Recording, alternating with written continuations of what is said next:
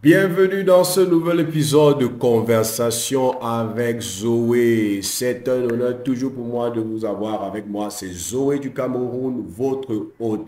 Ici, nous partageons des pépites pour nous aider à réaliser le succès, car nous croyons fermement que le succès, c'est plus que juste avoir de l'argent, c'est plus que juste accumuler des biens matériels.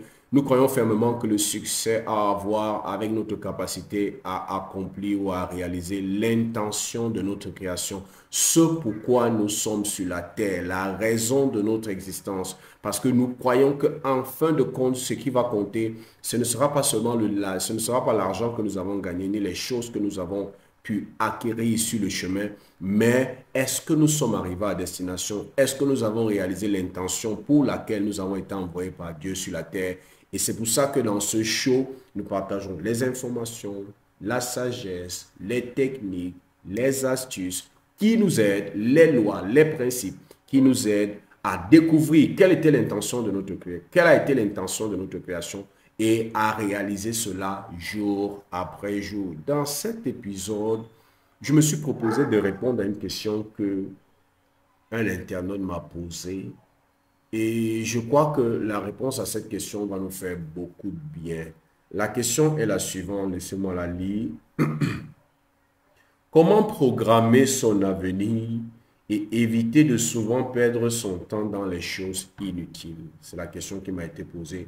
Comment programmer son avenir et éviter de souvent perdre son temps dans les choses inutiles? D'entrée de jeu, avant de répondre vraiment à cette question, je vais nous dire quelque chose que je pense être fondamental. Et pour toi qui as déjà l'habitude de me suivre dans ce podcast ou sur cette chaîne, tu as certainement remarqué que je me réfère très souvent à ce livre que j'appelle le livre de la loi, qu'on appelle à l'Église la Bible. Et je ne me réfère pas à ce livre comme un livre religieux, je ne me réfère pas à ce livre comme un livre dogmatique, je me réfère à ce livre comme un livre plein de lois qui régissent la vie et de lois qui régissent le succès. Et dans ce livre, il y a un passage, c'est dans le premier livre qui est le livre de Genèse, où il est dit que Dieu créa l'homme à son image, selon sa ressemblance, pour qu'il domine. Et le passage continue en disant, c'est le chapitre 1 de Genèse, c'est entre le verset 26 et le verset 28. Le passage continue en disant que puis Dieu bénit l'homme. Et quand on parle de l'homme, ici on parle de l'homme et la femme. Et il leur dit, soyez féconds et multipliez. Et lorsque j'analyse ce passage, je me rends compte que le succès a plus à voir avec notre capacité à être fécond, c'est-à-dire à être productif, que toute autre chose. Parce que si je demande à chacun d'entre vous, quel est ton rêve, quel est ton désir, je peux vous assurer, sans l'ombre de me douter, que tous, vos réponses vont cadrer avec le fait que dans un domaine, vous voulez dominer. Dans un domaine, vous voulez être reconnu. Dans un domaine, vous voulez exceller. Dans un domaine, vous voulez devenir la star. Dans un domaine, vous voulez être... Même celui qui dit que non, moi, je ne veux pas la grandeur, je veux juste pouvoir servir les gens. C'est la domination, mon ami.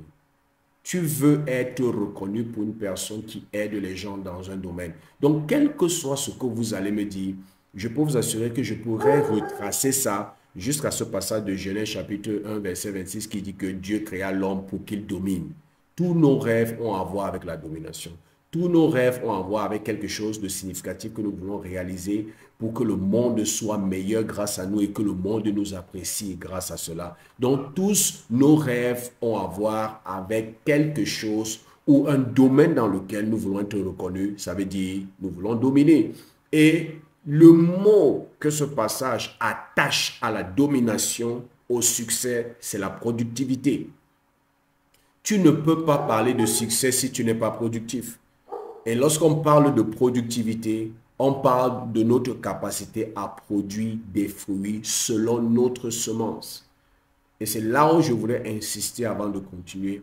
que lorsqu'on parle de productivité, on ne parle pas seulement de faire beaucoup de choses. On ne parle pas seulement d'être efficace parce que tu peux être efficace dans le mauvais sens. Tu peux produire beaucoup de choses dans le mauvais sens. La productivité, c'est comme cet arbre qui a une semence et qui produit du fruit selon sa semence. Donc, il s'agit de découvrir ma semence et il s'agit de produire davantage et davantage de fruits et de remplir mon industrie, de remplir ma communauté, de remplir mon secteur d'activité des fruits qui ne sont rien d'autre que la transformation de la semence que j'ai déjà en moi. Donc, je voulais d'entrée de jeu nous faire savoir que si tu veux faire de 2023 la meilleure de tes années, il faut que tu te focalises sur un mot, c'est la productivité. Tu dois être productif. Et pour être productif, tu dois comprendre quelle est ta semence. Ça veut dire que quelle est ta différence, qu'est-ce qui te caractérise, quel est le potentiel qui est en toi. Et tu dois pouvoir réfléchir à comment transformer cette semence qui est ton potentiel, qui est ta différence, en un fruit, en un produit, en un service, en une qualité qui va apporter de la valeur à ta famille, à ton entourage, à ta communauté, à ta nation et à ta génération. Parce que c'est à ça que nous sommes appelés.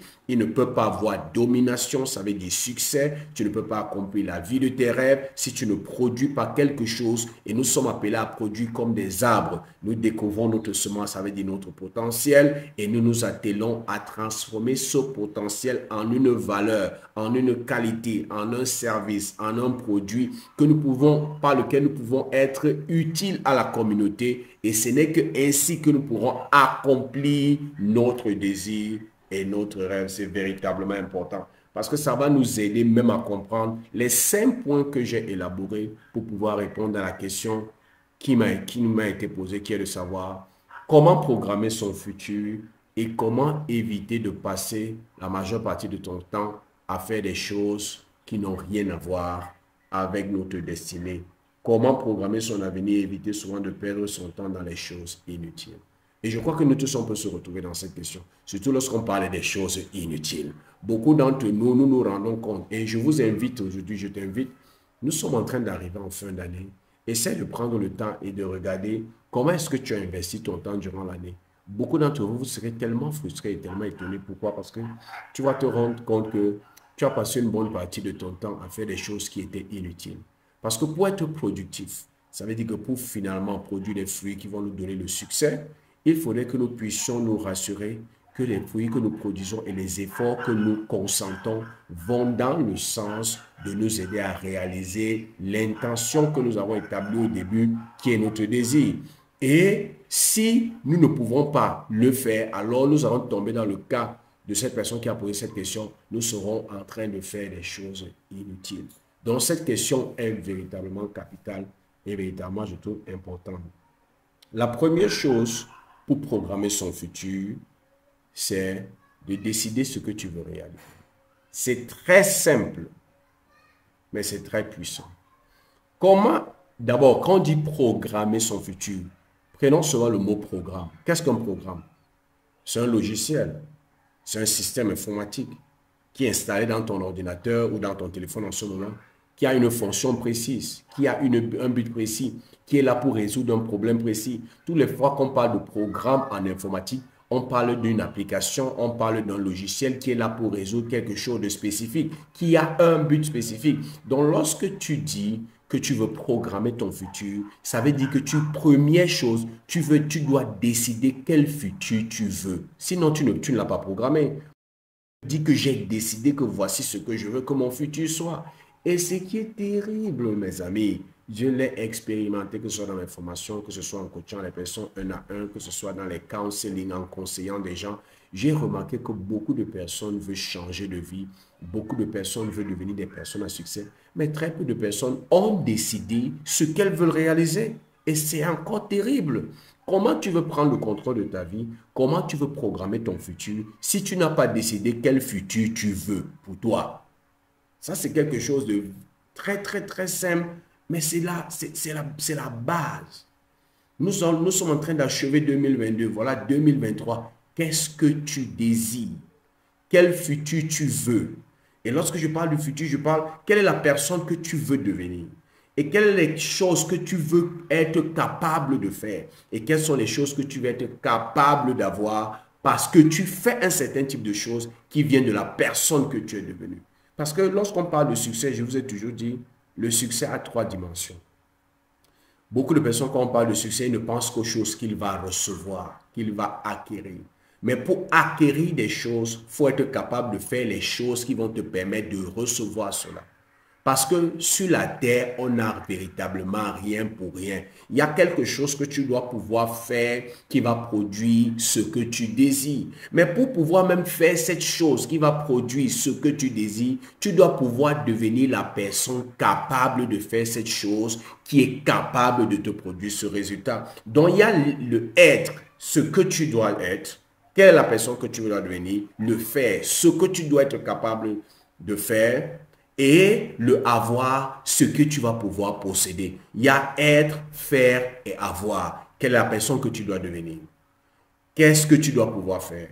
Et qu'est-ce que tu devrais avoir vouloir posséder en fin de compte? Donc, lorsque tu veux prendre le contrôle de ton futur, programmer ton futur, tu dois pouvoir décider avec précision quel est le type de personne que tu veux devenir.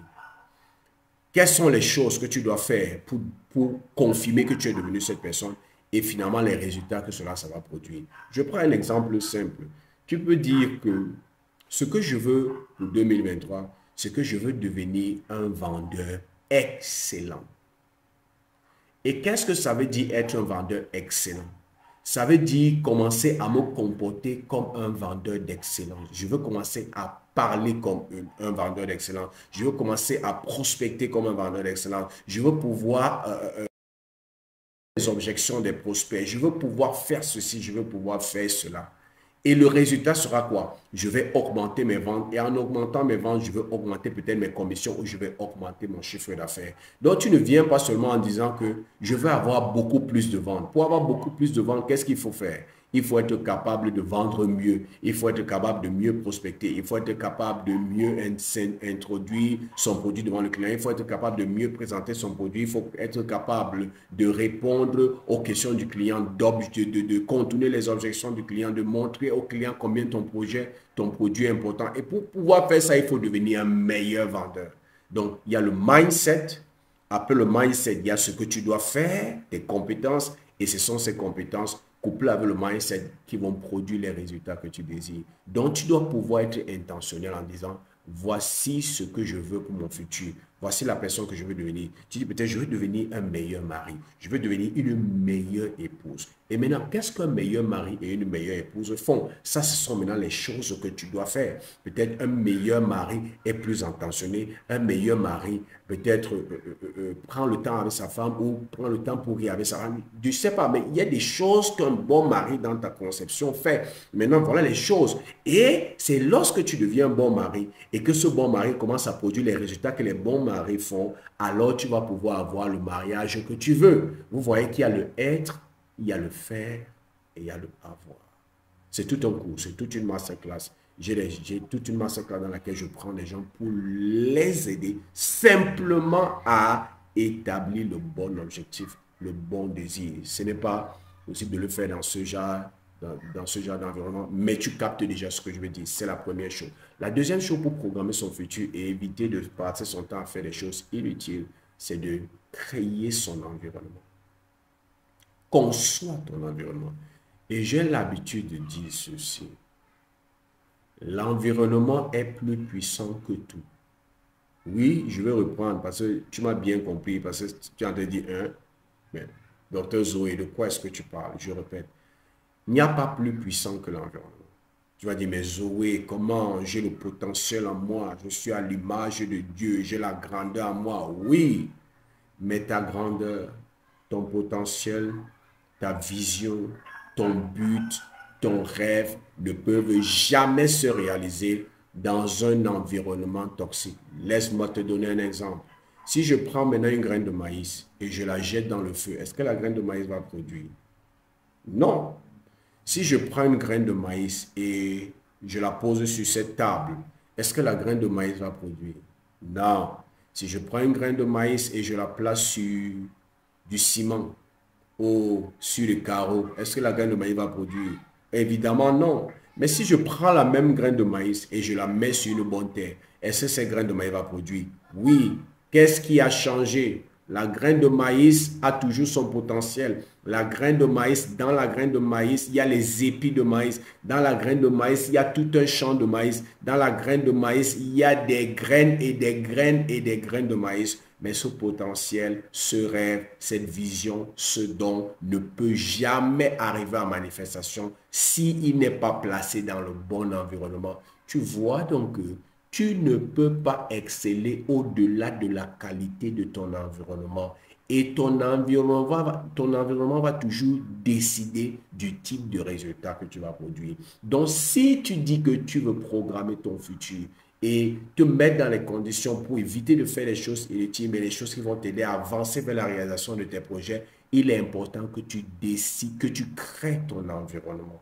Et lorsque je te parle de créer l'environnement, ça veut dire quoi? Choisis les choses que tu intègres dans ton environnement et choisis les choses que tu ôtes de ton environnement. Choisis les personnes que tu intègres dans ton environnement et choisis les personnes que tu ôtes de ton environnement. Tout ce qui te distrait, tout ce qui ne te sert pas, tout ce qui ne t'aide pas à avancer vers la réalisation de tes projets et de ce que tu veux réaliser en 2023, tu as le droit de l'ôter de ton environnement. Si la télé est un obstacle, enlève la télé. Ça me rappelle quelque chose qui est dit dans le livre de la loi et je crois qu'il faut que je te le dise. Je crois même que beaucoup d'entre vous le connaissez. Vous savez que Jésus a dit quelque chose qui est quand même fort. Hein. Il a dit que si ton œil est pour toi une occasion de chute, arrache ton œil parce qu'il est préférable pour toi d'entrer dans le royaume des cieux étant borgne que d'aller en enfer avec deux yeux. Mais c'est un principe qu'il est en train de dire. Je ne veux pas qu'on regarde ça seulement sur le prisme d'aller dans le royaume des cieux. Ça veut dire que lorsque tu as un objectif et que cet objectif te tient vraiment à cœur, si tu sens qu'il y a un élément qui est un obstacle, vaut mieux t'en débarrasser. Jésus, lui, va même plus loin jusqu'à dire qu'arrache ton œil, arrache ton bras. Mais c'est juste pour dire que tu as l'une des responsabilités que toi et moi nous avons pour faire de 2023 notre meilleure année, c'est doter de notre environnement tout ce qui nous empêche de nous focaliser, de travailler et de produire les résultats que nous devons produire pour pouvoir réaliser ce que nous voulons réaliser en 2023. Si la télé est un instrument de distraction, enlève la télé. Oui, mon frère. Si Internet est pour toi une distraction, demande à limiter tes accès à Internet. C'est ça, créer son environnement. Si marcher avec un type de personne te plombe sur le plan émotionnel, te plombe dans le mindset, ça veut dire que lorsque tu passes le temps avec eux, tu vois seulement la négativité, ils sont seulement en train de te montrer que le pays est gâté, l'environnement est gâté, tu ne peux rien réaliser. Si tu sens que ce sont des personnes toxiques, alors débarrasse-toi de ces personnes, ôte-les de ton environnement et ajoute dans ton environnement les personnes qui vont t'inspirer, qui vont t'encourager et les choses qui vont t'aider à te focaliser. Parce que plus il y a des choses qui distraient, plus il y a des choses qui découragent, plus il y a les choses qui égarent dans ton environnement, moins tu réaliseras tes désirs et moins tu réaliseras tes projets. Ça, c'est la deuxième chose qu'il faut savoir. La troisième chose à faire pour pouvoir programmer son futur et éviter de faire des choses inutiles, c'est d'apprendre à gagner en privé. Et je vais t'expliquer ce que je dis. Apprends à vaincre en privé. Les victoires publiques ne sont rien d'autre que le reflet des victoires privées. Et lorsque je parle des victoires publiques, parce que tout ce que nous désirons, ce sont les choses que nous voulons, sont les victoires publiques. Je veux être un grand chanteur, je veux réaliser ceci, je veux accroître mon chiffre d'affaires, je veux acheter la voiture de mes rêves, je veux pouvoir construire ma maison, je veux pouvoir me marier. Tout ça, ce sont des victoires publiques. Ce sont des choses qui sont vues par tout le monde. Mais lorsque je parle des batailles privées, des victoires privées, je parle des batailles que tu livres avant de sortir de chez toi. Des batailles que tu livres avant de placer le pied au seuil de ton portail. C'est ça que j'appelle les batailles privées, parce que ceux qui réussissent dans la vie ont maîtrisé et sont passés maîtres dans l'art de gagner en privé. Lorsque je parle de gagner en privé, je parle de quoi? Des victoires spirituelles, ta relation avec Dieu. Je parle de quoi? La victoire au niveau de ton corps, ta relation avec ton corps. Gagner la victoire avec ton corps. Quand je parle de tes batailles privées, je parle de la bataille de ton mental. Comment est-ce que tu remportes la bataille au niveau de ton mental? Lorsque je parle de tes victoires privées, activité. Je parle de remporter la bataille qui a à passer des temps de qualité avec les gens qui t'aiment. Ça veut dire que ton époux, ton épouse et tes enfants. Ça, c'est des choses capitales. Par exemple, les batailles. Quand il parle des batailles, ça veut dire quoi? Ce sont des choses qui se passent en privé, mais il y a beaucoup de choses qui nous empêchent de nous livrer à ces activités qui sont pourtant très importantes pour notre succès. Il y a des personnes, nous avons les difficultés à passer le temps avec Dieu dans la prière, dans la méditation, dans la gratitude et toutes ces choses. Pourtant, ce sont des choses importantes, mais ceux qui ont réussi dans la vie ne s'amusent pas avec ça. Parce que de cette bataille, de ta relation avec Dieu, tu reçois l'énergie spirituelle que tu pourras transformer dans tes activités lorsque tu sors de chez toi. Il y a la bataille avec ton corps. Beaucoup d'entre nous, nous savons que nous devons garder notre corps en bonne santé en pratiquant des exercices physiques et en vivant une vie saine. Mais beaucoup d'entre nous, malgré le fait que nous sachions ce qu'il faut faire, nous ne faisons pas ce qu'il faut faire parce que c'est une bataille. Et les gens qui réussissent dans la vie ont réussissent à remporter ces batailles jour après jour. Avant de sortir de chez elles, elles prennent soin de leur corps par les exercices physiques, elles prennent soin de leur corps en mangeant sain. Parce que de notre corps, nous recevons quoi? L'énergie physique. Est-ce que vous savez que c'est démontré que lorsque ton corps est fatigué, lorsque ton corps n'est pas bien nourri, lorsque tu manques d'énergie physique, tu manqueras même d'énergie mentale. Tu ne pourras pas bien raisonner. Toi-même, tu n'as jamais remarqué que lorsque tu es fatigué, tu n'arrives plus à raisonner. Lorsque tu es fatigué, tu n'arrives plus à réfléchir. Lorsque tu es fatigué, tu manques d'énergie mentale pour pouvoir raisonner. Donc c'est pour ça, il y a la troisième bataille qui est la bataille mentale. Parce que les grandes victoires de nos vies viendront des victoires que nous avons remportées dans le domaine du mental. Les types de pensées que nous entretenons, le type de croyances que nous entretenons et comment est-ce que tu fais pour remporter ces victoires. Les personnes qui réussissent dans la vie prennent le temps pour lire, prennent le temps pour s'éduquer, prennent le temps pour remplir leur mental et leurs pensées d'informations inspirantes, d'informations motivantes, d'informations qui les éduquent et leur donnent les outils pour faire face aux adversités de la vie. Et à la fin, il y a la bataille qui veut que nous prenions le temps pour passer des moments de qualité avec ceux qui nous aiment et ceux qu'on aime. Beaucoup de personnes sacrifient leur victoire, le moment de qualité avec ceux qui, leur époux, leur épouse et leurs enfants pour des victoires publiques. Et en fin de compte, ils réussissent même de fois avoir des victoires publiques, mais le foyer est détruit, les enfants sont détruits. Et or, les études ont démontré que de cette relation, nous recevons l'énergie émotionnelle. Parce que l'amour est une source puissante d'énergie. Et lorsque tu passes ces moments de qualité avec ton partenaire, avec tes enfants, tu reçois cette énergie positive-là que tu peux transformer dans ta vie de tous les jours. C'est pour ça que le troisième point, c'est d'apprendre à gagner en privé. Si tu n'apprends pas à gagner en privé, si tu ne peux pas être discipliné pour faire le sport chaque jour, discipliné dans la prière chaque jour, ou discipliné à passer les moments de qualité, ou discipliné à lire, c'est difficile que tu puisses te discipliner dans les choses que tu dois faire à l'extérieur. C'est normal que tu procrastines parce que la procrastination que tu manifestes dans les petites choses, c'est elle que tu manifestes dans d'autres choses plus importantes. Donc la troisième chose, c'est apprendre à gagner en privé. La quatrième chose, très importante, laissez-moi arranger la caméra qui a bougé. La quatrième chose très importante, c'est que rejoindre une communauté. Personne ne peut réussir ça. Ça, c'est quelque chose qu'on ne dit pas souvent. Tu ne peux pas réussir sans une communauté. Tu as besoin d'être avec un groupe de personnes qui pensent comme toi, qui ont les mêmes projets que toi. Et dans ce groupe, tu es inspiré, dans ce groupe, tu es boosté, dans ce groupe, tu es motivé. Est-ce que tu as un groupe de personnes telles que toutes les fois que tu passes le temps avec eux, tu sors de là boosté, plein d'énergie, plein de possibilités dans la tête? Est-ce que tu as un groupe de personnes qui sont capables de dire que ça c'est bon, ça ce n'est pas bon? Est-ce que tu as un groupe de personnes qui, lorsque tu es au milieu d'eux, ils te montrent la grandeur qui est en toi, le potentiel qui est en toi. Même lorsque tu es dans les mois difficiles, tu te dis non, ça va aller, tu peux le faire. Et lorsque vous réfléchissez ensemble, ils te donnent des idées qui t'aident à avancer. Si tu n'as pas ça, tu ne vas pas t'en sortir. Il n'y a pas de succès sans communauté.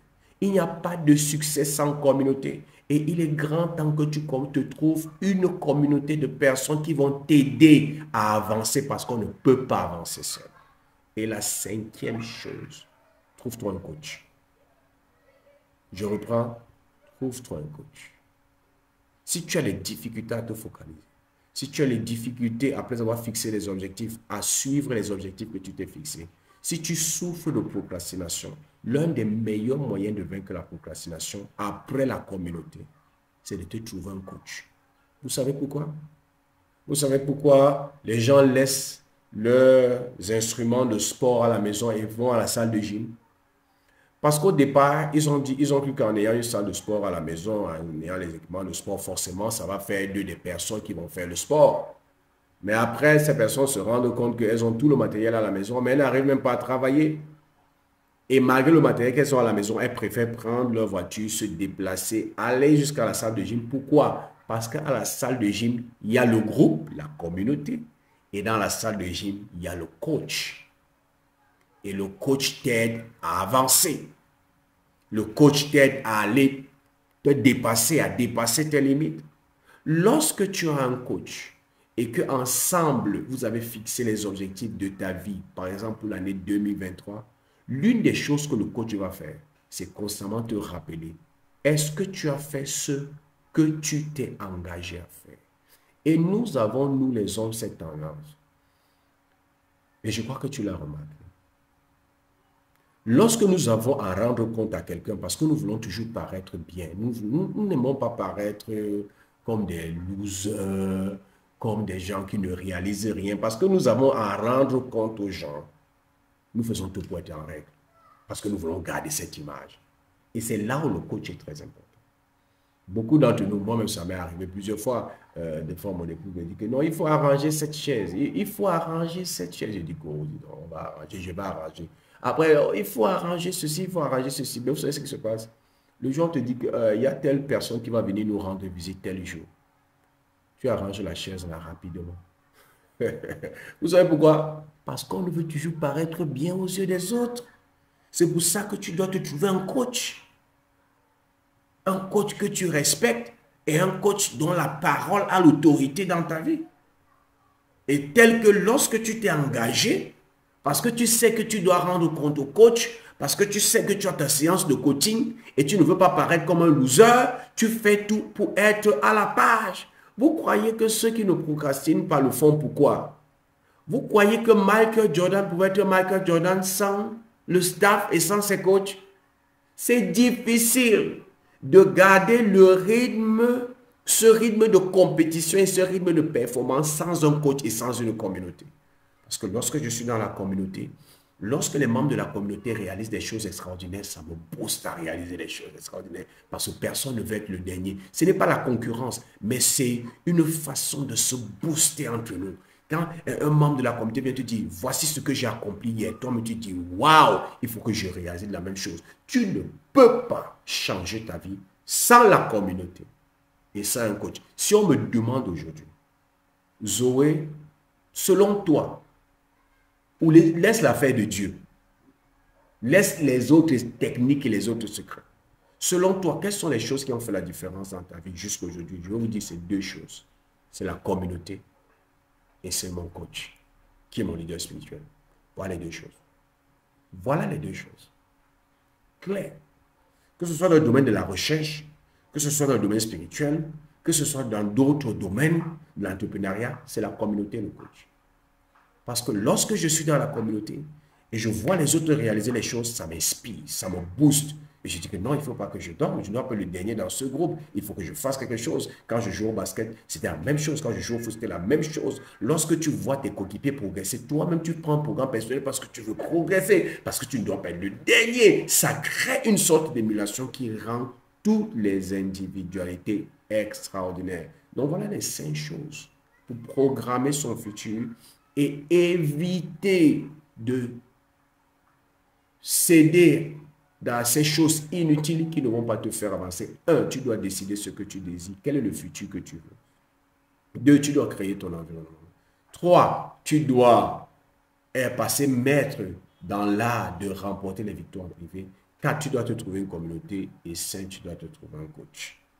Chacun de ces 5 points, c'est l'objet de des masterclass seulement pour déterminer vos objectifs, je peux vous assurer, c'est quelque chose d'extraordinaire. Si tu veux aller plus loin, tu veux te faire coacher, tu veux travailler avec moi, tu veux vraiment investir des ressources et de ton temps parce que tu veux vraiment faire de 2023 une année extraordinaire, tu peux me contacter et on va voir ce qu'on va faire parce que ça, c'est mon travail. Mais déjà, avec ces 16 éléments, tu as tout ce qu'il faut pour faire de 2023 ta meilleure année, la meilleure année que tu n'as jamais eue. J'espère que tu as obtenu de la valeur de cet épisode de conversation avec Zoé. Si tu nous regardes sur YouTube, n'oublie pas, mon frère, ma soeur, aime cette vidéo. Nous avons besoin de partager. Nous avons besoin que le nombre de abonnés de cette chaîne soit nombreux. Nous avons besoin que le nombre d'auditeurs de ce podcast soit nombreux parce que plus on est nombreux, plus on peut toucher grand nombre de gens. Et, comme je disais tout à l'heure, la communauté. Sans la communauté, ce n'est pas possible. C'est grâce à toi que cette chaîne va grandir. C'est grâce à toi que ce podcast va grandir. J'ai besoin de toi encore. Le principe de la communauté. Donc, si tu es sur podcast, laisse-nous des étoiles en revue. Laisse-nous un commentaire, même sur YouTube, ce que tu as reçu, ce qui t'a marqué. Quels sont les sujets sur lesquels tu aimerais qu'on débatte dans les prochaines semaines?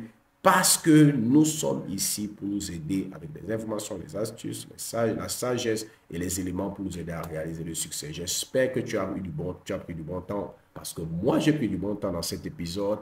Et comme j'ai l'habitude de dire, c'était Zoé du Cameroun et je te souhaite le succès.